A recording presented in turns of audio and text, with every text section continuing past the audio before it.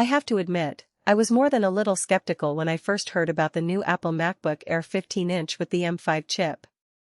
I mean, I just splurged on a brand new 16-inch Windows laptop for work, and it was supposed to be the latest and greatest in terms of power and portability.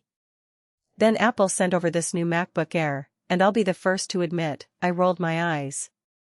How much faster could it really be, right? I mean, I've seen some impressive specs in my time, but this one seemed like it was just going to be more of the same. The link to check out the product details on Amazon is in the description below, if you're curious.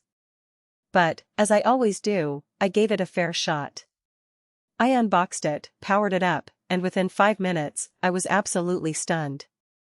This isn't just a bigger screen on an already great laptop, it's a genuinely different experience. The first thing that hit me was the display.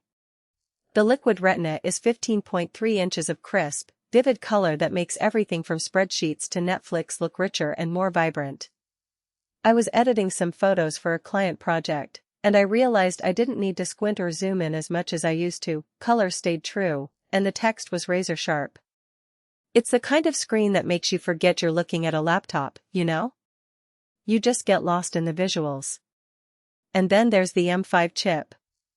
Apple claims it's up to 9.5 times faster for AI tasks, and honestly, I didn't believe it until I put it to the test.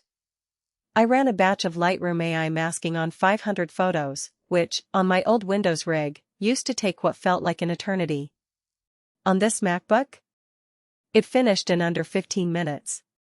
I mean, that's faster than making a cup of coffee.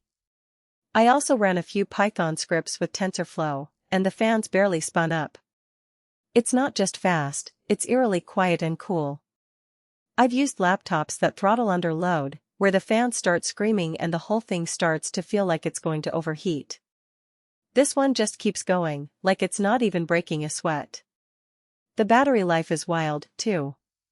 Apple says up to 18 hours, and I tested it by streaming 4K video with Wi-Fi and Bluetooth on, screen at 50% brightness. After 8 hours, I still had 40% left. That's not just good for travel days, it means I can leave the charger at home and not worry about finding an outlet between meetings. I've taken it on cross-country flights, and I still had juice left when I landed. It's the kind of freedom you get when you're not tethered to a power outlet all the time. The camera is another surprise. It's a 12MP center stage with desk view, which basically means it tracks you as you move and keeps you centered in the frame. I tried a Zoom call with my team, and honestly, I looked more presentable than usual because I didn't have to constantly adjust my position. Desk view also lets you show your workspace to clients, which is super handy when you're reviewing designs or documents together.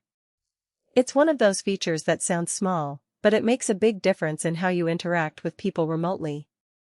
Build quality is classic Apple, aluminum unibody, minimal flex, and a comfortable keyboard and trackpad.